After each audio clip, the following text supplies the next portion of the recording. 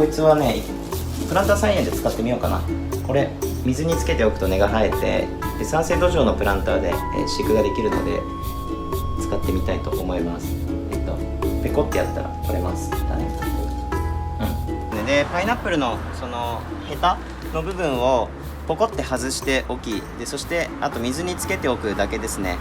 そうすることによって根が生えるので、根が生えたタイミングで土に移していきたいと思います。はい、こんな感じですね。寄れますか？大丈夫ですか？で、この水はですね、僕は水道水を使っておらず雨水を使っております。で水替えもねそんな頻繁にやらなくても大丈夫です。はい、もう本当に、水に挿しておくだけ。そしたら、こういう風にね根っこが生えてくるので、その段階で、鉢に移すということをやります。で、こちらはですねゴールドバレルという品種で、僕がめちゃくちゃ好きなパイナップルですね。前回その食レポをした時にポコって外してたんですよ。あれをね水に挿してただけですね。今回これを鉢に、移します。はい、ということで一応2つねゴールドバレル2つあるので、今回は、2つこの鉢を買ってきたので、鉢と土を買ってきたので、植え替えていきたいと思います。ではねまず土の紹介からいきたいと思います。はい、それではパイナップルのね土植えやっていきたいと思います。で土を買ってきました。でおなじみのですね花と野菜の土、これですね、そして、あと赤玉土ですね、そして鹿沼土、あと牛糞ですね。で鉢底に引く、スーパーソルと、上に表面に巻くこの腐葉土ですね、こちらを使っていきたいと思います。で赤玉は今回中心に使っていきたいと思います。でこちらもですね、鹿沼土と同様に、関東ローム層の火山灰のですね、この赤土から取れたもので、粘土を固めたものなんですよこれね。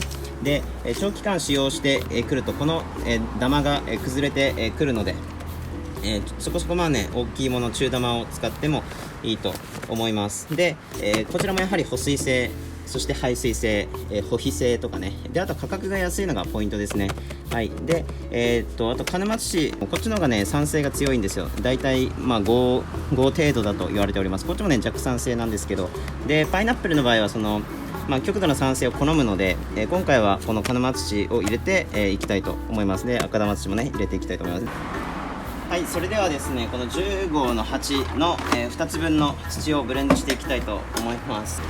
赤土だけでもいいと思うんですけどね。よいしょ、使おう。100円だしはい。でブレンドはなんだろうな、ちまちまやるよりここにバサッてやった方がね、混ぜやすいので僕はそうしてます。そして、今回は赤玉、これもね、同じぐらい量入れたいと思います。赤玉の方が逆にちょっと多いぐらいがいいかもしれない。はい、よいしょ。こういういい感じですよ。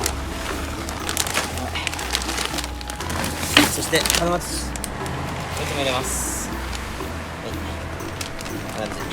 今回一応2つ分作るので、こんな感じで入れてます。はい、そして混ぜます。でこの赤玉土のこの粒の大きさこんな感じですね、排水性がすごい良さそう。これね本当に粘土を固めたものなので潰れるんですよ。こんな感じでね、見えるかな。で鹿沼土もね一応潰れますけど、硬さ的にはね多分赤玉土の方がね一緒ぐらいかな。一緒ぐらい一緒ぐらいです。はい。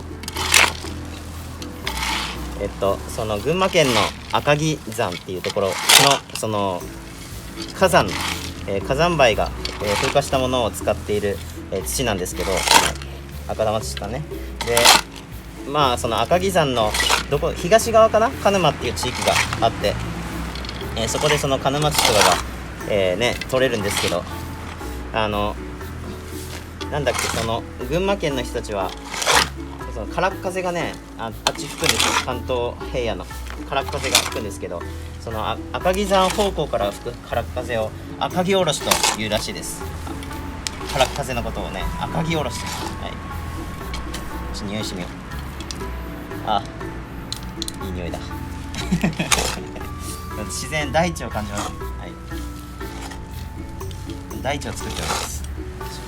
パイナップルはね、熱帯の一応作物なんで、温度非常に敏感です。15度以下を、下回らない場所で、栽培されてください。で、冬はね、越冬が難しいと思うので、沖縄以外のところは越冬が難しいと思うので、やっぱね、室内で、最初は管理して、で夏になるとちょっと涼しくなってくると外に出すということがいいと思います。で、パイナップルはその単位結果といって、受粉がいらないので、面白い花が咲いて、果実がこうできるんですけど、一つで大丈夫です。はい、僕は、ゴールドバレル2つ苗を、2つ果実を買ったので、一応2つあるんですけど、一応1つでも全然できます。ただね、時間がかかるんですよ、やっぱり。トマトとかナスとか、4ヶ月とか3ヶ月とかでできるものではないので、2年ぐらいかな、かかる。2年ぐらいかかると言われてます。で、この鉢は200円かな、250円ぐらいだったと思います。はい、一番安いやつを買ってきました。何でもいいです。はい、よし、それでは、鉢に土をします。こいつですね。ちょっと濡らしておこうか。根っこがちょっと水取ってきます。先にね、濡らしておきたいと思います。で、雨水を僕らはこの大きいバケツに溜めているので、これを使います。でも雨水の方がね、いいですよ。カルキ入ってなくて、はい、自然の水を使います。はい、いきますね。先にちょっとかけときます。崩れるんですよね。この植え付けをした時に水をかけると崩れるんですよ。なので先にかけます。いっぱい入っちゃったいいでしょいいでしょ。こう自然の環境、はい、自然の環境を模擬してるんで大丈夫です。はい、よし、これであとは水をかけます。たっぷり。よし、で牛糞入れます。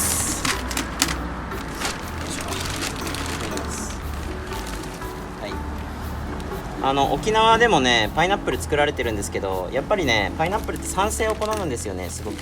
なので沖縄では北部の方ですね、赤土の、土地で育ちます、パイナップルはね。で、例えばね今帰仁村とか、あと国頭の東村とかですね、結構パイナップルの産地ですごく有名なんですけど、あれは全部北部の方ですよね。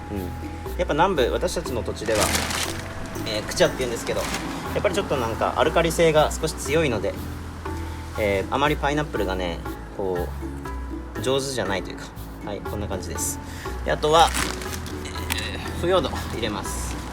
はい、見て、これミルフィーユのケーキみたいじゃない？食べたくなっちゃうね。チョコレートみたい。食べたく。はい、パイナップルの鉢完成しました。で、10分前ぐらいからこの pH 計、刺していて、で今だいたいね 5.2 ぐらいですね。 pH が 5.2、くらいを刺しております。はい、で、もう一つのこの簡易 pH 計取ってきたので、これで一応測りたいと思います。はい、一応ね今何もしてないので7ですけど、リサッといきます。はい、でこれね計測するのがね、この下のやつ、これねだいたい30分くらいかかると言われております。で、これはね比較的早いんですよ。すぐピピって答えを返してくれるんですけど、だいたい5付近ですね。そんな感じだと思います。 5.2 ぐらいなので、はい、こんな感じですね。で一応赤玉土と鹿沼土を結構多めに入れて、この極度の酸性を好むような、土を狙っていたので、そういった意味では正解だと思います。はい、パイナップル5ぐらいかながいいかな。で、ブルーベリーの土はもともとそのだいたい 4.5 ぐらいの土が売られているので、それでもいいと思います。ブルーベリー専用の土、酸性の土ですねを買うか、今回みたいにその鹿沼土と赤玉土を結構多めにブレンドして、土を作るかっていう感じですね。はい、これで一応1年間くらいですね様子を見ていきたいなと思います。ということで、今回もご視聴ありがとうございました。バイバイ。